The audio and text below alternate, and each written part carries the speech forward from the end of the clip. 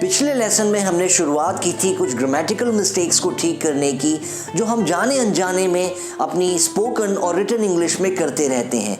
ये कुछ ऐसी मिस्टेक्स हैं जिन्हें अगर ठीक ना किया जाए तो हमें नुकसान उठाना पड़ सकता है, चाहे वो किसी एग्जाम में कम मार्क्स के रूप में हो या फिर कोई ऐसी अपॉर्चुनिटी जो हम ग्रामेटिकली इनकरेक्ट कम्युनिकेशन के कारण खो दें। तो इस लेसन में भी हम ऐसी मिस्टेक्स देखेंगे जिन्हें हमें तुरंत ठीक कर देना चाहिए ताकि हम अच्छे से लिख और बोल सकें। तो आइए शुरुआत करते हैं।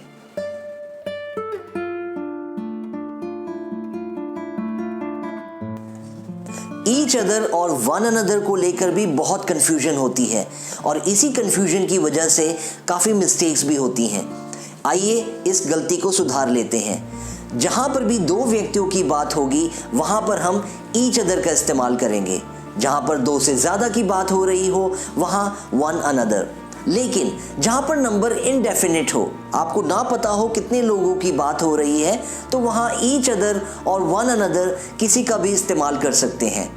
आइए कुछ एग्जाम्पल्स देखते हैं ताकि इसकी समझ बढ़ सके। Steve and Martha always help one another. Steve and Martha always help each other. The 5 members always discuss key issues with each other. The 5 members always discuss key issues with one another. When the number is indefinite, we can frame the sentences like this. We help each other. We help one another. They are angry with each other. They are angry with one another.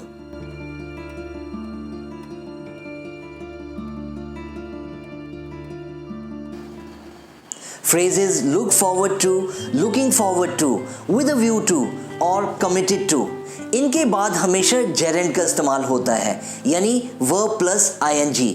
ये बहुत ही commonly use होने वाले phrases हैं और साथ में गलत तरीके से भी। इनके साथ बहुत लोग इन्फिनेटिव का यूज करते हैं जो कि गलत है। शायद बोलचाल की भाषा में पता न चल सके लेकिन रिटन इंग्लिश में ये गलती पकड़ी जाती है, इसलिए इसको जल्दी से सुधार लेना चाहिए। तो याद रखिए हमेशा इन फ्रेजेस के साथ आप जेरेंड का इस्तेमाल करेंगे, यानी वर्ब प्लस आईएनजी। आइए कुछ एग्जाम्पल्स देखते हैं। I look forward to meet you. I look forward to meeting you. I'm looking forward to hear from you soon. I'm looking forward to hearing from you soon. With a view to help the team, I called a meeting. With a view to helping the team, I called a meeting. I'm committed to work for the company. I'm committed to working for the company.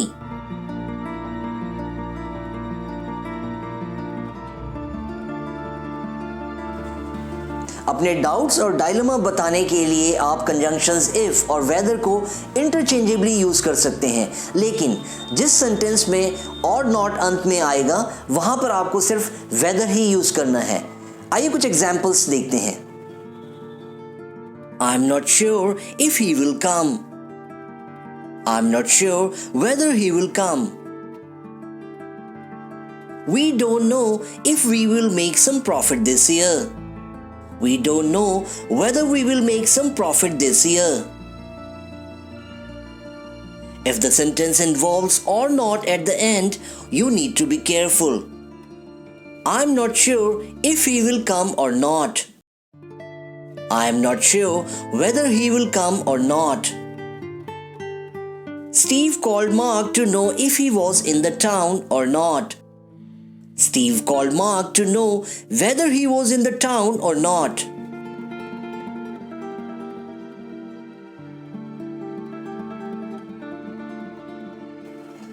Sheeps, deers और offsprings, ये शब्द कहना छोड़ दीजिए क्योंकि ये गलत हैं। शीप, डियर और ऑफस्प्रिंग का प्लूरल भी शीप, डियर, ऑफस्प्रिंग ही होता है। और ऐसे कई शब्द हैं जैसे कैटल, एयरक्राफ्ट, स्पीशीज, फिश। इन शब्दों के साथ हम बाद में एस और ईएस नहीं लगाते और ये प्लूरल में भी सेम रहते हैं। आइए कुछ एग्जाम्पल्स देखते हैं। There are 100 sheep in the barn. There are 100 sheep in the barn. At least 50 aircrafts are going to be bought by the Air Force. At least 50 aircraft are going to be bought by the Air Force. The kettles are being fed healthy food. The kettle are being fed healthy food.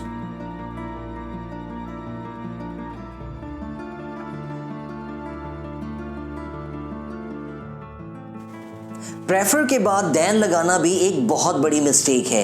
याद रखिए, prefer के बाद हम हमेशा preposition to का इस्तेमाल करते हैं क्योंकि बात प्रेफरेंस की हो रही है। जहां पर कंपैरिजन होगा वहां पर कंजंक्शन देन का इस्तेमाल करना होगा। आइए कुछ एग्जाम्पल से समझ लेते हैं। Stella prefers coffee than tea. Stella prefers coffee to tea. We prefer watching football than playing it. We prefer watching football to playing it.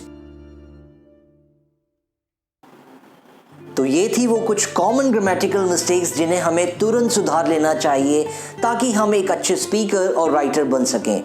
आपको ये लेसन कैसा लगा, आप कृपया मुझे कमेंट सेक्शन में ज़रूर बताएं। अगर आपके भी मन में कुछ डाउट्स हैं, क्वेश्चंस हैं या फिर कुछ ऐसे कॉन्सेप्ट्स हैं ग्रामर के जिनसे आप परेशान रहते हैं तो आप मुझे उसके बारे में भी ज़रूर बताएं ताकि मैं उन्हें अगले लेसन्स में इंक्लूड कर सकूं और आपको उनके आंसर्स मिल सकें। अगर आपको और जानकारी चाहिए तो आप Enliven English ऐप भी डाउनलोड कर सकते हैं। यहाँ मिलेंगे आपको फ्री ग्रामर टेस्ट और ग्रामर टिप्स जिससे आप अपनी ग्रामर की नॉलेज को और बढ़ा सकते हैं। मैं अगले लेसन में और जानकारी के साथ फिर आऊँगा। तब तक के लिए keep learning, keep growing, good bye.